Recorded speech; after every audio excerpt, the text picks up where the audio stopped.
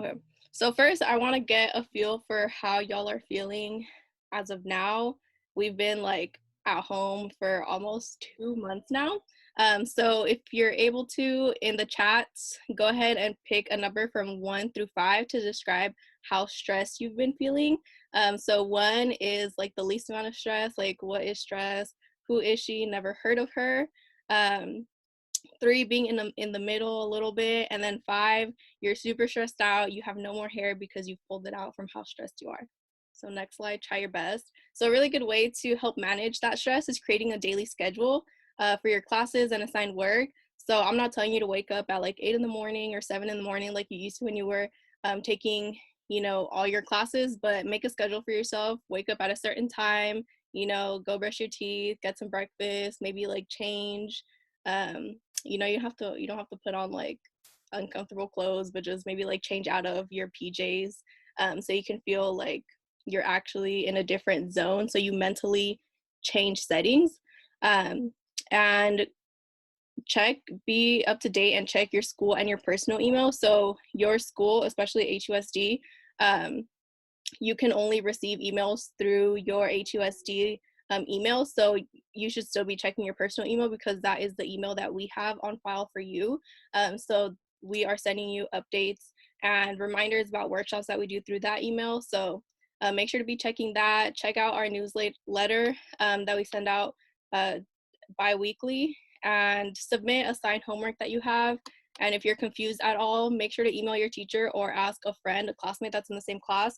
I don't want to hear excuses about, oh, I didn't know what homework I was assigned, so I just didn't do anything. No, so you should still be doing your work, but again, try your best. I'm not telling you to, get 100% in every single assignment that you do, but really try your best to not fall back in your classes, to keep up with them, because eventually you're going to go back to school and you don't want to be super behind on the material that is being taught. So be excited. So I'm starting to get in the habit of calling y'all seniors almost, because you are, what day is it? May 11th. Y'all can probably relate. You don't know what day it is anymore, but it's almost, I know some of y'all end late May and then some of y'all end like early mid-June. So you're almost there, about a month away. And in the summer, you're officially considered senior. So be excited, you're almost done. So once senior year comes, it's just 1 year and it's done. It's going to be done like in the blink of an eye. So you should probably start thinking about what your post high school graduation plans are, and ask yourself if you know everything that you need to do. If not, ask. So the best thing you can do is be prepared and ask for help. That can be, your teachers, your counselors, or your college advisors. So senior year is probably a little bit more chill than junior year, but it doesn't mean you're not going to do anything either. So I want to do a quick little recap for y'all about graduation requirements and A through G requirements. So y'all should all know at this point that graduation requirements are not the same as A through Gs. So on the left-hand side, I have a list of graduation requirements. Some differ because, we have HUSD and OUSD students. In total, you're supposed to have 220 credits to graduate if you're in HUSD, OUSD 230 credits. So A through Gs, you need those 2 years of history, social science, 4 of English, 4 years of English, 3 of math, 4 is recommended, highly, highly recommended. Science, 2 recommended, 2 required, 3 recommended. World language, 2 years. Visual performing arts, 1. Elective, 1. And again, C's or higher count, D's or F's do not count. And your senior classes are still going to count, although it won't be included in your GPA. You are still supposed to pass all of your senior year classes. So I wanted to go a little bit more in depth about spring 2020 grading, because I know maybe some of you were hoping that this semester you would bring up your GPA by, doing better in your classes, maybe in like your AP honors, and get that boost. However, spring 2020 will be credit, no credit. So I know for third quarter, y'all got a grade, but for fourth quarter, you will be getting a credit, no credit. And that means that the whole spring semester will be credit, no credit. So credit, no credit, or pass, no pass, whatever you want to call it, it does not affect your GPA positively or negatively. So even if you get a no credit, it's not going to bring your GPA down because there is no letter grade for it. So schools will be taking any credit. So if you get credit or pass in a class, they will see that as a C or higher. So it will count for your A through G requirements. However, if you get a no credit or no pass, then it will not be counted towards your A through Gs. So all schools, if you were doing well before the schools close, then your grade will not be negatively impacted. So whatever grade you had before the shelter in place happened, then your grade cannot go lower than that. So during this time is only a time for you to increase your grade. So let's say maybe you had like a D or an F in a specific class. This is a time where teachers are going to allow a lot of students to make up work or assign more work that will allow you to increase your GPA. So even though you're probably stressed during this whole time, just think of it as positively as you can. So at the end of your of your junior year, you should be at about 170 credits to be on track to graduate. And if you are not, there are different ways that you can make up credits. So there's Cyber High Apex that you can do during your senior year or during the summer. Upward Bound is going to be offering credit recovery classes as well as credit advancement classes. And you can also do concurrent enrollment classes at your local community college. And if you have questions about, maybe you don't know how many credits you have now or how many you're going to have by the end of your junior year, ask us. We have access to your transcripts, so we know how many credits you have and how many you need. So for fall, just so y'all know that next school year, you will be putting fall 2021 for your undergraduate application. And a lot of students get that confused and they put that they're applying for fall 2020. However, your senior year is fall 2020. So when it's your first year in college, you're applying for fall 2021. So just keep that in mind. And remember, you're going to be an undergraduate, not a graduate student. So earlier this year, I had students that, took the initiative to start applying themselves, but they put that they were applying to be a graduate student.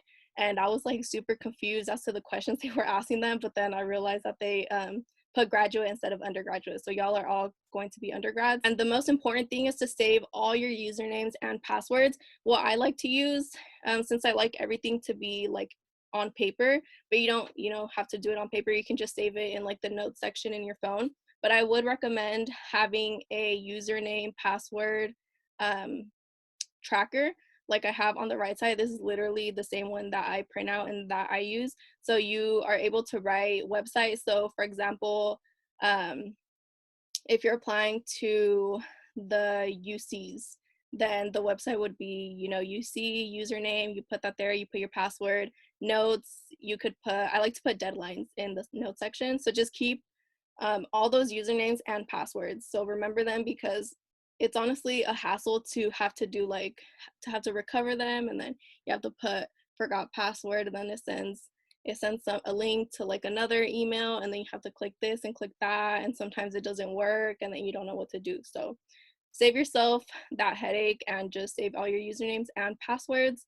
So I'm gonna be doing a brief overview of the different systems of higher education that y'all can be applying to next school year. So first we have California community colleges. So there's 115 total, and you apply through your California college account, and the application cost is free.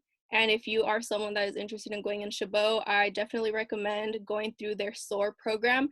So the SOAR program allows you to apply during the fall. Instead of having to wait during the springtime, you can apply during the fall, and they provide a lot more advising and counseling, so that you really get a head start on everything. And application filing period, again, the October 1st is for the SOAR program, but it's usually during mid-February. And then here's a little picture of what the specific Chabot application looks like. And then here's if you're going to community college, then you have the option to transfer. So this is just like some brief information, but I'm not going to go over that because last week I did a transferring 101 workshop, and it is currently on YouTube. Y'all should have gotten y'all should have gotten an email with the link to a Google form that has the YouTube video attached. So if you are interested in transferring and you did not attend that transferring 101 workshop, then go through your email and look for transferring 101 workshop, the Google form, and that's where you can watch it. If you did not receive an email, then you can email our Upward Bound email or your specific college advisor or anyone whose email you have and let us know that you didn't get it and that you want to watch the video, because I go over everything that's on the slide. And then there are CSUs. So there's 23 CSUs. On the right bottom corner is what the application looks like. So there's 4 different blocks that you click on and fill out your personal information, academics, so your grades, the classes that you've taken, supporting info, that can be like your extracurricular activities, and program materials, like what major you want to do. And application cost is $55, but if you do receive a fee waiver, then you can apply to 4 for free, and after that you do have to pay any additional application. And the application opens October 1st, but you cannot hit submit until November 1st. So between November 1st and November 30th. So the requirements are still, well, actually they've changed a lot actually because of COVID-19. So you are still required to do all your A through G requirements, so that I mentioned previously. And the minimum GPA was a 2.0. However, they are hoping for a minimum of a 2.5, but if you do not have a 2.5 minimum, you're still encouraged to apply if you have between a 2.0 or a 2.49. However, they are going to they will ask you for supplemental factors, or look at different supplemental factors, which can be like how many more A through G classes you took that weren't required. You know how we tell you 3 required but 4 recommended? They're gonna look at that 4 recommended. For the science, they're gonna look at how many more classes you took than the minimum. They're also going to be looking at extracurricular activities that you might have done. They will be looking at, this summer specifically, they're going to be seeing if you took the initiative to do anything else other than like staying home and doing nothing during the shelter in place. So fortunately for y'all, you all have the opportunity to be in Upward Bound, and we always have a summer program. So I'll talk about the summer program a little bit later. But that is something that y'all should be taking full advantage of, especially right now, if you want to be greatly considered for CSUs and UCs and have the best opportunity to actually get into the schools. And some of y'all might or might not know that the SAT, ACT, whoever was already registered for it, you probably got notification saying that it was canceled. So you no longer are required to take it. So if you really want to, you still can. There's nothing against not doing it. However, it's just not going to be taken into it might be taken into consideration. It might be part of the supplemental factors, like, oh, this person didn't have to do it, but they still did it.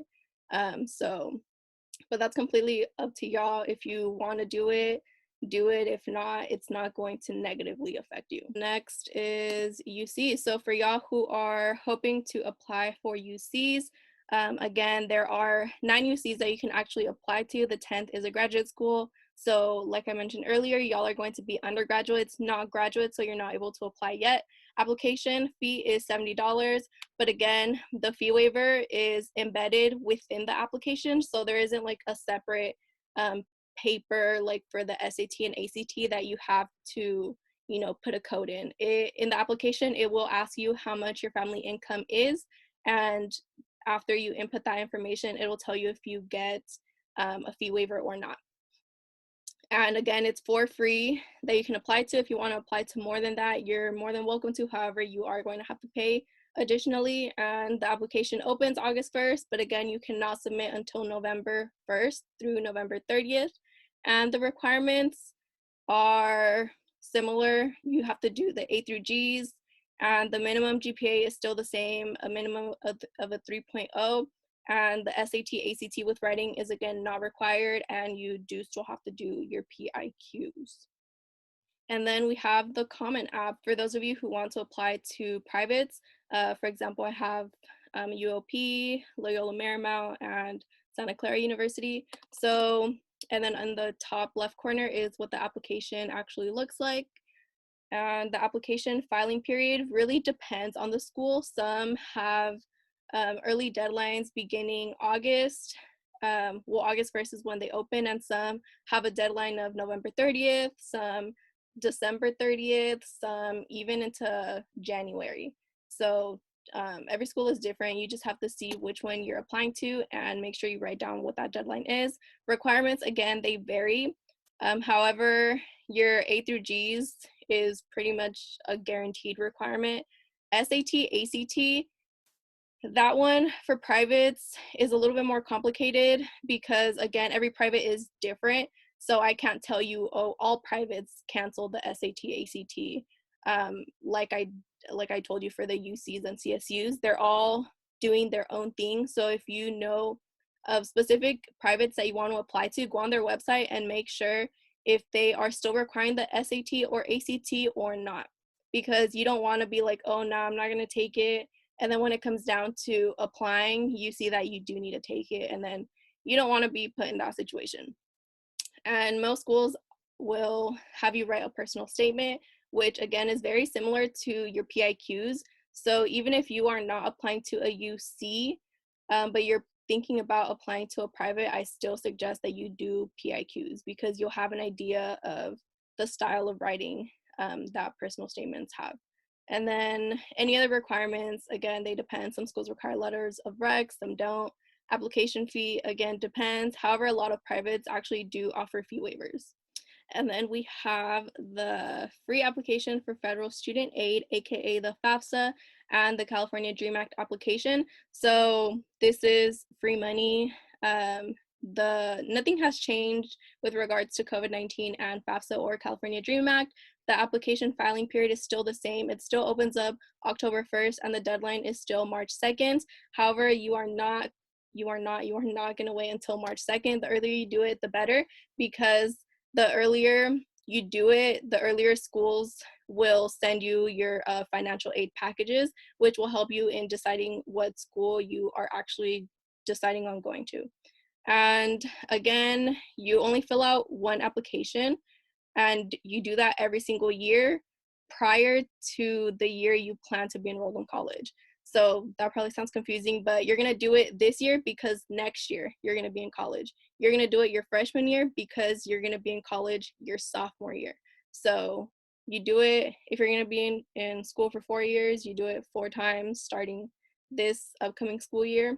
If you're going to be in college for 5 years, then you do it 5 times, but it's once every year. And once you finish doing the FAFSA or California DREAM Act, then you have to create a Web Grants for Students account. This is something that really goes unnoticed from a lot of students, and they don't even know they have to do this, but this is what it looks like in the bottom. So the top right is what the FAFSA looks like, and the bottom under that is what the Web Grants for Students looks like. And right there is where you are going to be able to see what financial aid you were given. So if you were given the Cal Grant A, the Cal Grant B, it'll show you there. And again, all seniors must apply, regardless of what school you're going to go to. So if you're going to a UC, CSU, private, community college, everyone has to do it. And then AP exams. So if y'all are taking AP exams, you know that it started today. AP exams began today. If y'all had any AP exams today, shout out to y'all. You probably know that it's different now. So prior to all of this, it is usually between like 2 to 3 hours. But again, AP exams, they're not required for admissions. However, if you do receive a passing score, you can earn college credits. So the primary of exam dates started today and go on through May 22nd. And you had the option of doing these first dates or doing the makeup exam dates, which are June 1st through June 5th. Maybe you wanted like a couple extra days to really study for that exam. So if you are registered for an AP exam 2 days before the date of your exam, so hopefully you know what date your exam is. If you don't, then I suggest you go on the AP College Board website to see which date and time it is. But 2 days before the date of your exam, you should get an email with your AP ID and an e-ticket. So that is, your way in to be able to log in to that exam. And all exams are 50 minutes. Some, depending on the subject, there's only one question, and it's one question 50 minutes long. Some have two questions. One question will be 30 minutes long and the other will be 20 minutes long. And there's nothing really affecting like the credit that you receive. If you do pass an AP exam, if you get a 3, 4, or 5, you're still gonna get college credits. Nothing has changed from that. So I told you about like, future, except for like APs is right now, but what else can you do right now? So right now, what you can do is do well in your classes. Again, the best that you can. So, if you can't turn in every single assignment, then, don't be too hard on yourself. Do the best that you can, and fill out the UB Summer with Us Google form. If y'all haven't received that, then let us know and we will send that out to you. But we want to get an idea of how many people are going to be with us this summer. And I will talk a little bit about the summer in the next like 2 slides, I believe. And you can also start researching colleges if you would like, if it's not too stressful for you at the moment. So you have a better idea about what you're going to do in the coming fall. And study and sign up for college exams if you plan to take them. So maybe you are planning to take AP courses next year, or you're taking them right now, so study for them. Start your PIQs if you have the energy to. If not, that's something that we will do in senior seminar this summer because y'all are already going to be seniors. And again, even if you do not apply to UCs, because the PIQs will help you for your Common App, they'll help you for scholarships in general. And you can also start completing a student profile. So, think back to like freshman year and think about all the clubs that you've joined, all the awards that you've received, any sports that you've participated in, any community service, and work as well. So if you have worked any time between, freshman year until now, then make a list of all that. So I want to also show y'all a timeline of what your senior year is going to look like and some deadlines. So between August and November, you're going to be working on your 4-year college apps. During October, you will fill out your FAFSA, California Dream Act application, and make a web grants account. Between April and March, you will be receiving acceptance letters and financial aid offers. So you're going to want to compare all of them and see, which one is the best fit for you, which one is offering you the best financial aid package, which one is going to allow you to hopefully not take out any or the least amount of loans as possible. And May 1st is your deadline to SIR, which means your statement of intent to register to a specific school. So it's pretty much your contract saying, this is the only school I am going to. And once you have done that, then after May, you're going to apply for housing if you do want to move to like dorms or apartments. And you have to schedule your orientation, register for classes. June, you graduate. And then scholarship applications, that's all year round. You can even start right now searching scholarships. However, there are going to be a lot more starting the summer and fall time. So I wanted to talk to y'all a little bit about senior seminar. So if y'all didn't know, this is a class that we have for upcoming seniors during our summer program. So a couple things that we do during the senior seminar are working on PIQs. So maybe if you haven't started them at all, then we'll get you started. Or I know some of y'all probably, this was like an assignment in one of your English classes, so you probably have a draft, but everyone will tell you that the more eyes that read your PIQs, the better. So we'll work on your PIQs even if you already have them done. We are going to start searching scholarships and start working on applying for them as well, coming up with your college list if you don't know the exact schools that you want to apply to yet. We will work on creating a list for you. Maybe you have like your top schools already, however, you don't know what you want to major in. So we will help you with your career and major exploration, and we're going to help you search up the specific resources at the schools that you want to go to. So once you are at that school that you want to go to, where tutoring's at, where counseling is at, where you can where your financial aid office is if you ever need any help with that. So those are some things that we work on. And then next up, I just wanted to hopefully, Omar, do you want to talk about the summer program? Yeah, I was just waiting for you to complete your. Is this a good time now? Yeah, this is like the last slide. Okay, great. So yeah, we have a pretty awesome summer program planned for all of you. My son's right next to me, so if you hear him making noises and yelling, or all of a sudden punching me in the face, it's him. So yeah, so this summer, the staff and myself have been working really hard to figure out ways that we can still provide some sort of summer program for all of you, especially our upcoming seniors, which are you, and support you in your last year of high school. So we have some really exciting things that we have planned out. So we are going to do a work study program in the summer where you can earn up to $590 for the summer. We also we're hoping to provide food for all of you. And we're still figuring out ways that we can do that. Send either gift cards or directly send food to your houses. We also have enough technology for our students to borrow. So like, for example, we've already sent out Chromebooks for you to send out. So yeah, so we're gonna do credit recovery, or if you want to take some courses to make it look better on your transcript, even if you haven't taken them yet. We're hoping to work with UC Scout. It's not solid yet because we're trying to figure out if the schools will accept those grades to go in your transcript. But yeah, so once we have a solid answer for you, we'll let you know.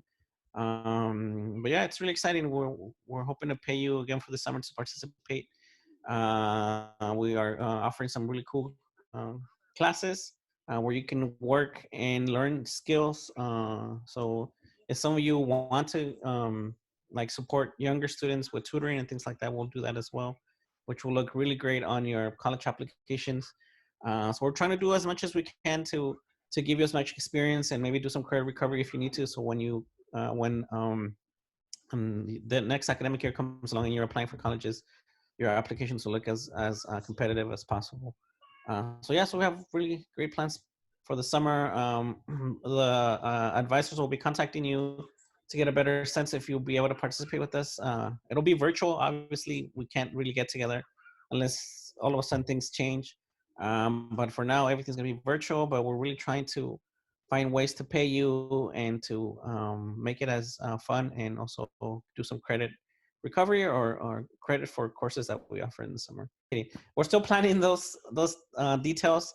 Probably your classes won't be longer than 2 hours. And then maybe 2 classes, an hour and a half each. If you're doing credit recovery or credit acceleration classes, it depends. Some of those classes can take up to about 2 months. You have to do, I think, correct me if I'm wrong, Drew, but they're a total of 80 hours that you have to complete, around there. Around there, yeah. Yeah, so it depends how many hours you do per day and per week, how long it'll take you, but we'll have tutors and things like that. The ones that we have organized to support you with the work study program should be more than an hour to 2 hours. And then your senior seminar in the summer will be like an hour as well, to support you throughout the summer.